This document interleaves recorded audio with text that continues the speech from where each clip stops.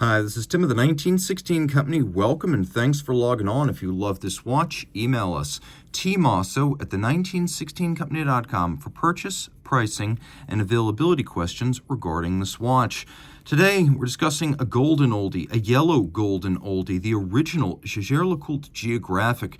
This was a clever and original fusion of the dual time and the world time genres that came out in 1989 and was made, as you see it here, until 1995. In 1996, the Master Geographic debuted. So this is the original watch. You can see it is very redolent of 80s tropes, but it's a watch that's held up remarkably well because of its size, proportion, and useful complications.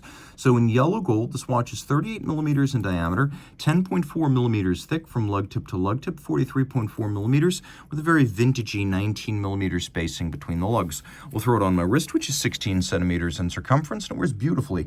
Being just over 43 millimeters lug to lug, this is absolutely a unisex option. It's a watch for him, it's a watch for her, and it's flat enough to fit underneath a dress cuff. Again, my wrist is 16 centimeters circumference to give you scale.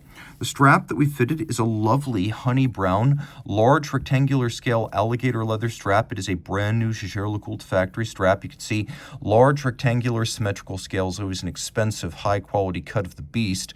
With a contrasting stitch, we've got a sheer cut side with lacquering for refinement, no crimping, no gouging. You can see here this is a brand new strap. We've buckled it one time on a little cushion to put it in its pouch, but this is an unworn strap. The buckle is yellow gold. You can see right there, 18 karat yellow gold to match the watch, and of course JLC branded.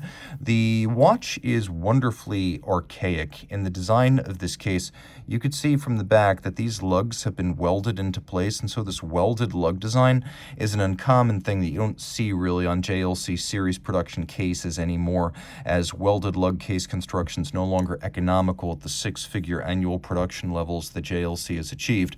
And while that's wonderful for them from a business standpoint, I like some of these older, more obviously hand-created cases and watches that have more hand finishing on dial and movement. And back in 1989, Jaeger-LeCoultre was a very different place from 2024. We're taking a quick look. We have a little switch that allows us to scroll between cities of reference. Let me show you how this works.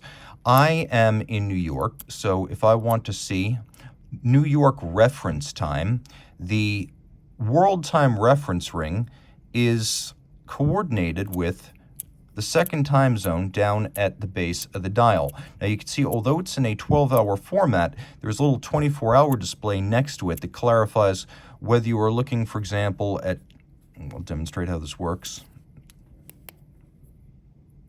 Are you looking at 12 noon on that dial, or are you looking at midnight? Well, you can see the little hand right here adjacent is pointing to 12, so that's 12 noon. You can also see that the movement, which is based on the 889, but this is actually the 929 with all the complications, does feature stop seconds.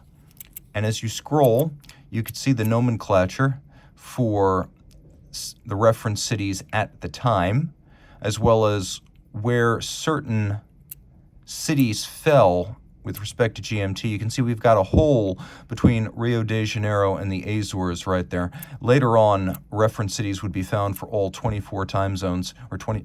But what I can tell you is that back in 1989, it was a kinder, gentler world, and they were comfortable with the void, as artists say.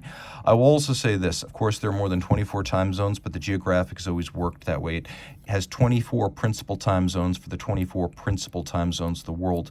Now, this is how I adjust the secondary dial individually. You can see there's an intermediate setting position. We have a power reserve indicator up in the corner. The watch has a 42-hour power reserve. It is automatic, though you can wind it manually. We've got a little pusher adjuster here for the date.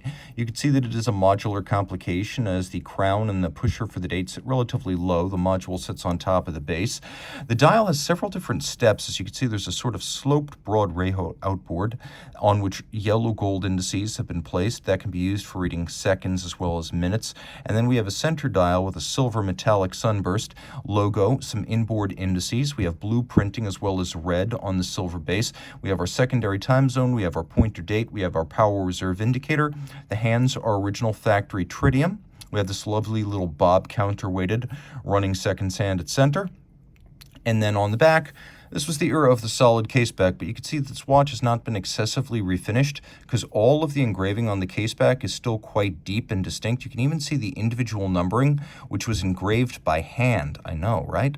That is still very sharp and easily discernible. The hallmarks remain super sharp. You can see they're pre-1995. The movement, of course, automatic winding with a 42-hour power reserve, a 4 hertz beat rate, dual time date, hacking seconds, adjusted in 6 positions. This is back when JLC movements were more broadly handmade, hand-finished, and hand-regulated than they are today in the more mass-produced environment of the factory at Le Sentier. And of course, dress watch, water resistance only. I don't recommend you submerge it at all. Rain and splashes exclusively, especially considering the age of the timepiece. So this was an original and a pioneer. The original Jaeger-LeCoultre Geographic. Reach out to Team Mosso at the 1916company.com for purchase pricing and availability details.